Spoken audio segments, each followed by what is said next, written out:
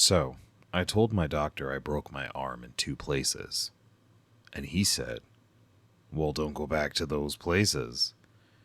The break room burst into hysterics, Bob delivering yet another side-splitting punchline.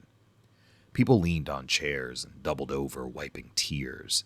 The joy in the room was palpable, like it had a life of its own. Except for Tom Greaves.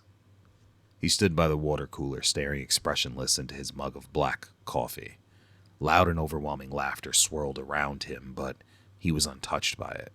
His mouth remained a tight, thin line, his face as blank as a sheet of paper. Bob noticed and grinned. Tom, my man, you gotta give me something here. I just killed it. Even you must admit that was pretty funny. Tom glanced up, offering a forced, hollow smile. Not really my kind of thing. The room fell awkwardly silent for a second before Bob's booming laugh filled the space, leading the others to follow. They knew Tom wasn't like them. It wasn't that he didn't try. He just didn't understand jokes, and he never had. Humor, for him, was as distant as the stars. Since he was a child, jokes seemed like puzzles with missing pieces. When other kids cracked up at cartoons or wordplay, he sat there, confused. His father never laughed either, constantly telling him, laughter is a waste of time, Tom. You should be serious. Life's too short for jokes. And so Tom buried himself in work. He could understand numbers, tasks, and goals, but the gnawing question always lingered. Why don't I feel what they feel? Why can't I laugh like they do? Another joyless day at work, Tom trudged home in the rain. A flickering neon sign caught his attention as he passed a small alley. Fenton's Rare Books. The door was ajar, the dim light inside casting strange shadows across the cobblestone path. Tom normally wasn't one to stop for something so obscure, but something pulled at him that night. He stepped inside. The shop smelled of old paper, dust, and something sweet, almost like sugar cookies. Shelves stretched high, packed with ancient tomes and odd trinkets. Tom wandered the aisles aimlessly when a small, thin book caught his attention. It was tucked into the corner of a dusty shelf, half hidden behind a stack of faded newspapers. He reached for it, his hand shaking slightly as his fingers touched the worn leather cover. The title, embossed in gold, Killer Jokes. Something about the book called to him, made his pulse quicken. He opened it to the first page and read out loud, almost without thinking. Why did the chicken join a band?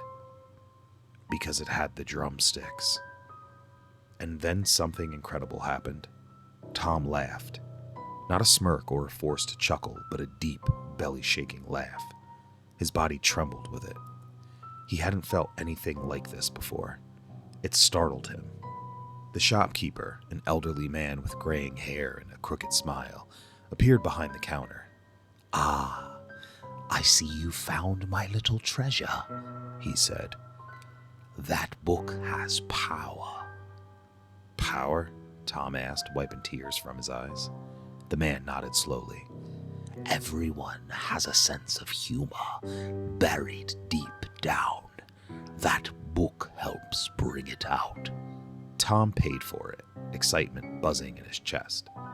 At home, Tom sat at his kitchen table, the book in front of him like a prize. The room was still, save for the occasional rainwater drip from his coat now hanging over a chair. He picked up the book and began reading again. Why don't some couples go to the gym? Because some relationships just don't work out. He laughed again, harder this time. The sound filled the small apartment, bouncing off the walls. He couldn't stop. Every joke hit perfectly, and with each turn of the page, his laughter grew louder, more uncontrollable. It was like a dam had broken inside him, flooding his body with years of suppressed joy. He didn't sleep that night. He read the entire book cover to cover, laughing until his sides hurt and his throat was raw. It was magical. He finally got it. He could finally laugh. But as the hours passed and the dawn light seeped through his windows, Tom began to feel strange and uneasy. Were the jokes so funny? Or was it something else? Tom wasn't sure if he was laughing because he wanted to, or because he couldn't stop. By morning, his obsession had taken root, digging into his thoughts like a vine that wrapped itself tighter with every passing hour. The world outside faded compared to the thrill that coursed through him, the thrill of finally understanding and belonging. At work, Tom could hardly contain his excitement. He had felt like an outsider for so long, and now he had a secret weapon that made people laugh and made him feel alive. The jokes in the book weren't just funny, they were powerful. He burst into the break room, restless energy propelling him forward. Bob told one of his usual jokes that once left Tom isolated and lost, but not today. Today, Tom was eager, no, desperate to share his newfound humor. Without hesitation, he interrupted Bob mid-punchline, cutting through the room like an electric charge. "Why did the tomato turn red?" Tom asked, his voice brimming with confidence. "Because it saw the salad dressing." The room erupted just as he had hoped. Raw and spontaneous laughter exploded from his colleagues, catching everyone off guard. Faces flushed with mirth, bodies doubled over as they gasped for breath between fits of uncontrollable giggles. Tom's grin widened, his heart racing with acceleration. This was what he had missed for so long. This was the joy he had watched from the outside, the joy he had longed for. However, he could not stop because he was already reciting jokes from memory to keep the laughter going. His hands trembled with excitement as he thought of the next joke, his voice louder, more urgent. "I tried to catch fog yesterday," he said, barely pausing for a breath. "I missed." The infectious sounds of joy spilling into the hallway increased the noise, and more people wandered into the break room. It was a symphony of laughter, now swelling to a cacophony that filled every corner of the room. Tom could feel the energy around him, how people clung to every word he said, and how their eyes sparkled with anticipation for the next punchline. It was like riding a wave, and Tom was at the crest, soaring higher than he ever thought possible. "I'm reading a book about anti-gravity," he shouted over the din, his eyes gleaming. "It's impossible to put it down." But something was changing. The once joyful atmosphere began to take on a strange edge.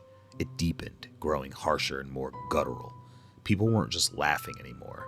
They were gasping and choking on it. Bob's face turned an alarming shade of red, veins bulging at his temples as his eyes began to water uncontrollably. His voice, once carefree, became strained and frantic. His chest heaved in the effort to draw a breath between the relentless spasms of laughter that racked his body. Tom faltered, a flicker of doubt creeping into his mind. "Guys, are you okay?" he asked, wavering as he stepped back, watching the scene unfold. But there was yet to be a response. Bob's body shook as though possessed, his mouth twisted into a grin too wide, too unnatural. Brown eyes bulged, bloodshot, as his body contorted, fighting against the urge that consumed him. Tom's heart raced. Panic clawed at his throat as he scanned the room. It wasn't just Bob. One by one, his co-workers were collapsing, their bodies shaking with uncontrollable mirth, their faces, once filled with joy, now contorted into masks of horror as they gasped for air, their laughter turning to gurgles. Some clutched at their chests, others fell to the floor, convulsing as their bodies buckled under the strain. Then it happened. Bob collapsed in a sickening, sudden silence. The room seemed to freeze at the moment. His body hit the ground with a dull thud, his face still twisted in that horrifying grin, wide-eyed and lifeless. His mouth twitched twice, and then it was still. Tom's breath hitched in his throat as the horror of the situation crashed over him. Bob was dead. He had killed him with a joke. And it wasn't just Bob. One by one, the others followed, their bodies dropping to the floor, their faces frozen in the same grotesque, posthumous smiles. The room that had been filled with life only moments ago was now filled with bodies, the air heavy with the scent of death. A cold, creeping dread settled in Tom's chest as he reached for the book in his pocket. The room was eerily quiet now, the only sound being the distant hum of the air conditioning, a stark contrast to the chaos that had unfolded just moments before. He looked around, his heart pounding in his ears. They were all dead. He had killed all of them. Tom stood alone in silence, the weight of his actions crashing down on him. The jokes had worked. Oh, they had worked too well. The laughter he once longed for had turned into something monstrous and deadly. You ever hear the one about the guy who couldn't stop laughing? Tom said softly, his voice shaking as the reality of everything sank in. Turns out, neither could his friends. But there was no one left to hear him, no one left to laugh at the punchline. Only the silence and the book still pulsed with an eerie, sinister energy in his hands. His mind reeled. How had it come to this? Panicking, Tom bolted to the bathroom. He had to get rid of the book in the restroom. He had to throw the book away. He threw it into the garbage and stared at it, his heart racing. Was it over? Could he be free of it? But something dark and irrational gnawed at him. As he stepped out of the bathroom, 2 police officers were already on the scene. They approached him calmly. Mr. Greaves, we need to ask you some questions, one of them said. Tom's throat tightened. Could he speak without killing them? He opened his mouth cautiously, terrified of what might happen. It was horrible, Tom stammered. They just started laughing. I didn't know what was happening. To his relief, the officers took notes. No one laughed. After answering their questions, Tom left the building, but the gnawing feeling persisted. The book was still there, wasn't it? But it wasn't gone. The compulsion tugged at him, darker and stronger now. Before he knew it, he found himself back in the restroom. With trembling hands, he retrieved the book from the garbage bin and clutched it against his chest. As he left the building, the security guard asked, "Is everything all right, Mr. Greaves?" Tom tried not to answer, but the words slipped out before he could stop them. Why did the golfer bring extra pants? In case he got a hole in one. The guard starts laughing, but it quickly turns to gasps. His body shook violently, his voice deepening into a desperate choking noise until, with one last breath, he collapsed, dead. Tom backed away in horror. It was the book. It had to be. The jokes were only deadly when he carried the book, but he couldn't let it go. Still shocked and realizing this, Tom started walking down the street when a woman crossed his path, smiling. "Good morning." Tom clenched his jaw, fighting the urge to speak, but the words forced their way out. Why did the bicycle fall over? It was too tired. She doubled over instantly, clutching her stomach. Her laughter turned into choking sobs as her body convulsed, and she fell to the ground, dead. Tom didn't even look back. His steps quickened, his head down, eyes fixed on the slick pavement, but the sound of screeching tires made him flinch. A taxi screeched to a stop beside him, the driver yelling, "Watch where you're going!" Again, Tom tried to keep silent, but the joke spilled out. "I used to play piano by ear, but now I use my hands." The driver howled, clutching his steering wheel until his body shook uncontrollably. Then there was silence. Tom ran down the street. He couldn't escape it. A joke slipped from his lips whenever someone crossed his path or spoke to him, killing them. Tom reached his apartment, his heart pounding like a drum.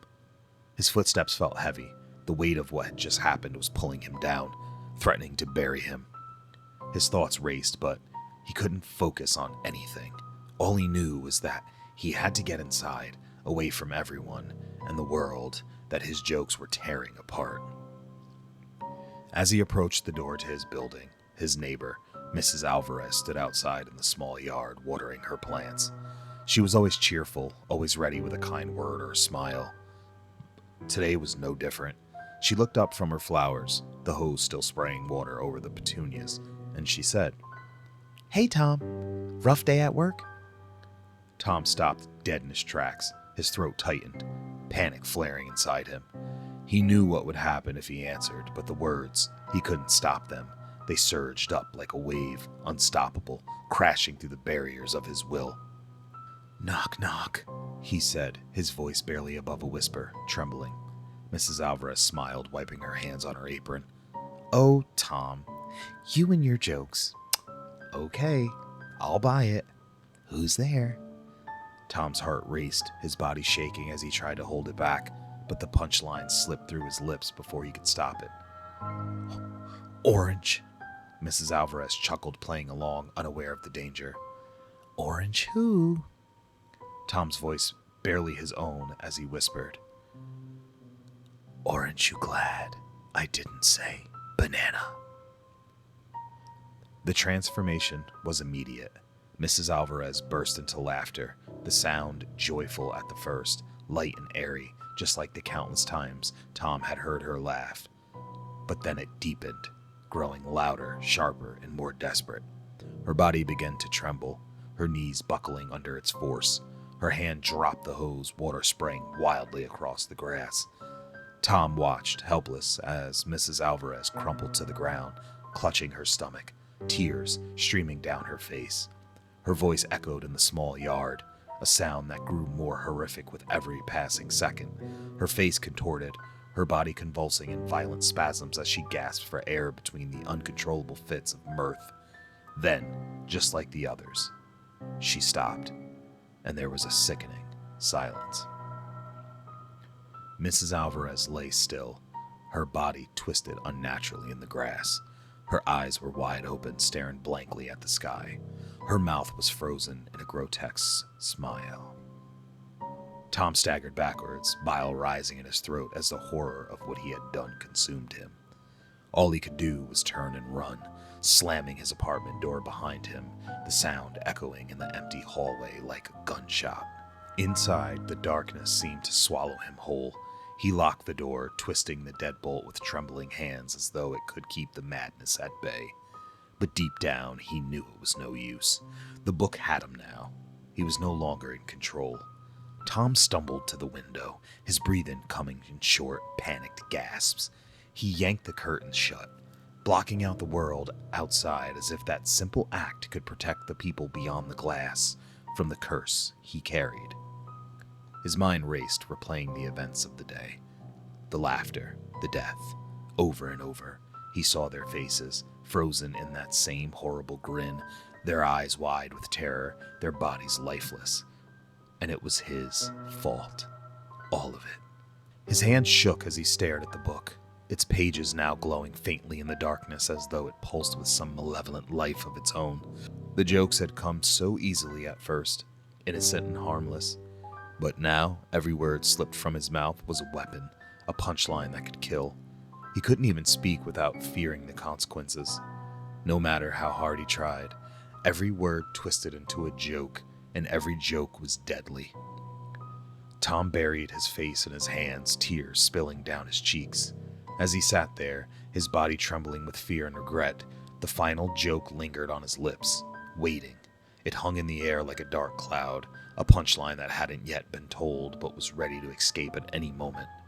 He could feel and taste it, and the urge to speak it grew stronger with each passing second. But this time, there would be no audience, no laughter, no one left to hear the joke. Just him. The rain had stopped, and the streetlight's dim glow illuminated the deserted streets. Tom peered through the curtains, his heart pounding. There was nothing but a blank wall where Fenton's rare books had been. The shop was gone. Tom's breath hitched in his throat. Had he imagined it? His hands clenched the book tighter. The room was so still, yet in the silence, Tom could swear he heard a low, sinister chuckle, faint and distant, like it was carried on the wind. Tom backed away from the window, his heart racing.